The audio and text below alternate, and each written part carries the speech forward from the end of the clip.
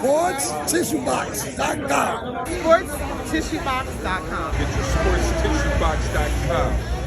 Football season is here, and what better way to commemorate the season than to grab your sports tissue box now at sportstissueboxes.com. Whether you're celebrating the thrill of victory or agony defeat, sports tissue boxes are there for both young and old. Grab your sports tissue box now at sportstissueboxes.com. Call them, baby, the Mets are here. Right here for you. Krayzie Bone, friend, good brother, Krayzie Bone. We had him on maybe 2 or 3 times. You know, always was very candid with us, always showed up on time, and always never held back any information. Nope. Whether it been about the music industry, his personal life, he always was very open with us.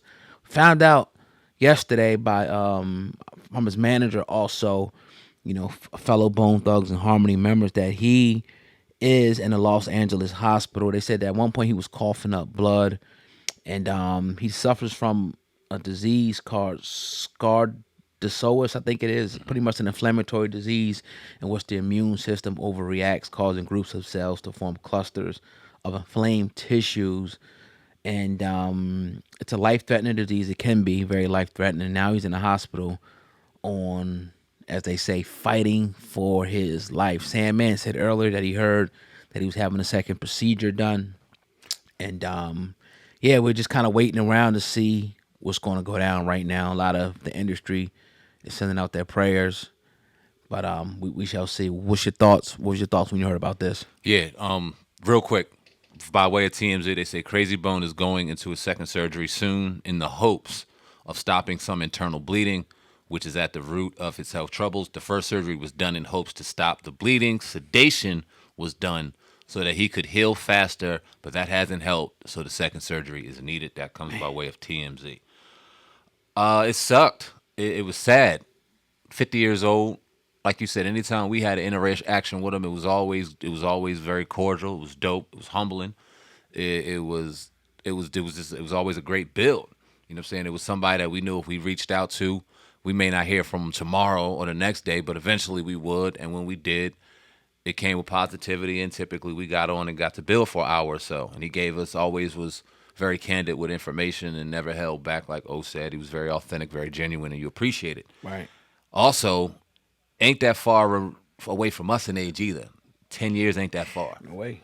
You know what I'm saying? And to be dealing with this and fighting for his life, it's a nasty wake-up call that we're all, where none of us are invincible, and we all got, you know what I mean, an expiration date. And when that is, no one knows.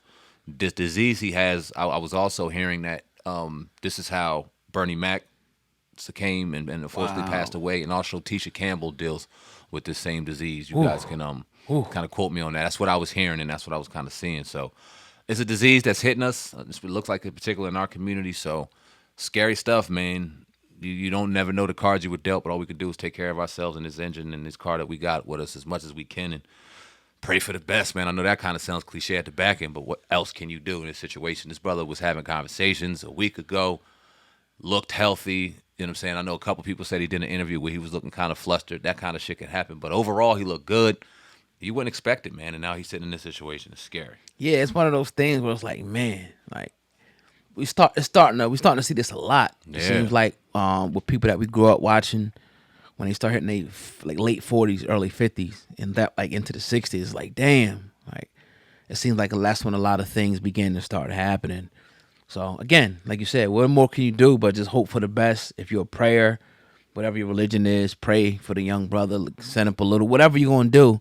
If you're gonna go to his page and send some, well wishes, that's all you could do at this point, man. But hoping that he pulls through. Definitely hoping. I know there's definitely some hope out there that he can, recover and make at least a partial recovery and still have his life. So we'll wait and see, and make sure you stay tuned in and locked into the channel. Subscribe to the channel for updates, not just on that, but other things that go on in hip hop as well. Indeed. So, Usher. Uh-oh. Is headlining 2024 Super Bowl halftime show in Las Vegas. Man, Jay-Z's doing his thing. Jay-Z is doing his thing, man. Who was last year? Was it Beyonce last year? Who was at the half? No, Rihanna. No, yeah. Usher. Usher's my dude. I rock with Usher. Yeah. You know what I mean? He's probably one of my favorite R&B singers, top 3. And he But- puts on a good show. Oh yeah. Us is the GOAT, man. He's the Yeah. GOAT. But what you think, man? It should be a good time. Jay-Z, man. Should, Jay-Z. I ain't even gonna bring up Jay-Z in that situation because that's a Ain't joke. a halftime person or something? That's a fucking joke. But I mean, he is bringing some good entertainment. He's keeping black people entertained and keeping them happy. You know what I'm saying? But yeah, You got to bring up Jay-Z though, because in hindsight, how do you feel about his message then and what's going on with the halftime show? Because remember, I thought it was supposed to be about social justice. I don't give a shit about that halftime show. I never have. I never will. I'm usually going to eat or smoking or something after the break's over anyway. But entertainment's dope. When's the last time you watched? Did you watch Rihanna's last year? Probably Shit. parts Eagles was of in it. the Super Bowl. Did you Yeah, watch? probably parts of it, but not really. I might have did something at that time. Let me ask you this: when's the last time you've been engaged in a halftime show, even with all the rappers and hip hop artists the year before? I'm not, but I know other people. Some people watch it just for that. That's what I'm saying. Yeah. So, this is why I don't really put too much into it when it comes to what Jay-Z did. Jay-Z's part in the NFL is supposed to be a lot more substantial than giving us halftime entertainment. You billionaire Jay-Z, and they So relegated. what happened? They relegated you to the halftime show. Like, nah, I don't. I think that there was, and you know, this kind of tied in with Dan Snyder and his girl. What's homegirl's name? Jay-Z's girl. Desiree Perez? Desiree Perez Okay. and all that, where they were supposed to have more of a voice within the NFL.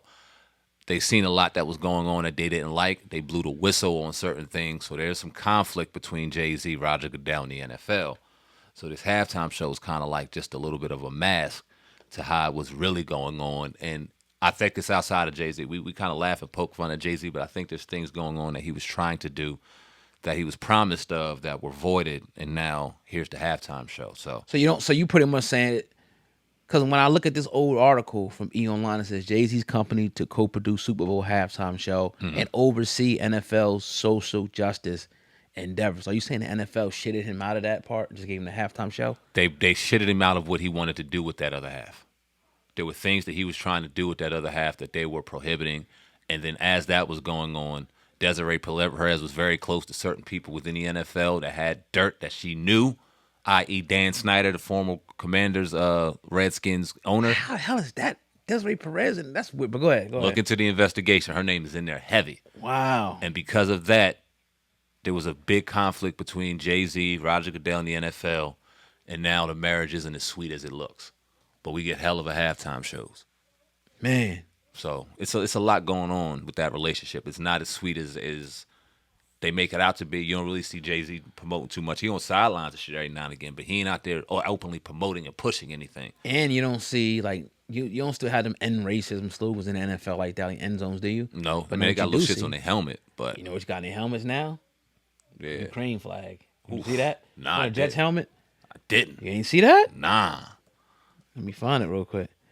Wow. Yeah, I seen that. I was paying a lot of the bills down there, so now it's a corporate sponsor of the NFL. That's interesting.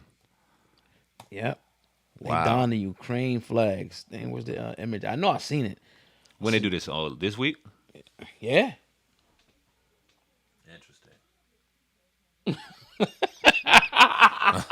It's kind of tongue tied there. Interesting. That is interesting, though. Man, I don't know what to say about that. Yeah, that's yeah.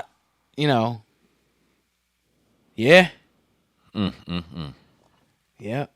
I mean, yeah, we entertained by the game, but there's a lot that goes on behind the scenes that I'm sure would piss a lot of us off. And that's why some of our elders and even some of our contemporaries say they don't rock with the NFL. But I need football to fucking keep me busy sometimes. You want to do that or rob somebody, so I'd rather Man, I want to hear, because that's why it's going to be very interesting to hear Jay-Z's like next song or album. Maybe he might address, in little entendres and little slick shit, what happened with the NFL. Will there be one? That's a good question. Yeah, I think he'll definitely release something. I don't know if it's gonna be a full scale album, though I would love to hear it. I could probably the last best album that he did, in my opinion, was the one in about 2016, 2017. What was it, 444? That was a classic, in my opinion. Could he do something on that level again? I'm not sure. But I would love to hear it. Definitely being my favorite artist. But I do think that ultimately Jay-Z gets a lot of slack. And I think that in my personal opinion, he moves a certain way that he moves because he understands like he said, how to move in a room full of vultures. He understands the climate that he's really in, and if he goes too far one way or too far this way, something could really happen to him, whether it be a scandal, or they try to take him out or whatever. I think he understands that fully and 100%. And I also think that certain instances he may be compromised, just like probably any black man would. Because at the end of the day, we talk about the money and that, but it's people. It was this thing that came out. It was like a picture, and it showed all the billionaires over the United States of America, and you got people that's 30, 40, like. He's only worth a few. So on a grand scale thing, yeah, it's huge. It's a large accomplishment. But all the real billionaires, he's just a speck on that map. Yeah, he's at bottom of the total poll with his contemporaries. Right. You know what I'm saying? At the end of the day. So he don't really have no power like that. Right. You know what I mean? But that's another topic for another day. A lot of people think he's scared because he'll get killed. And I think that's the truth. If he really would to go, like he's really trying, like he may have aspirations to really do, something's gonna happen. You know what I mean? But hey, we'll dig into that, another time. Indeed, another episode of the Hip Hop Uncensored podcast. We appreciate y'all sticking around.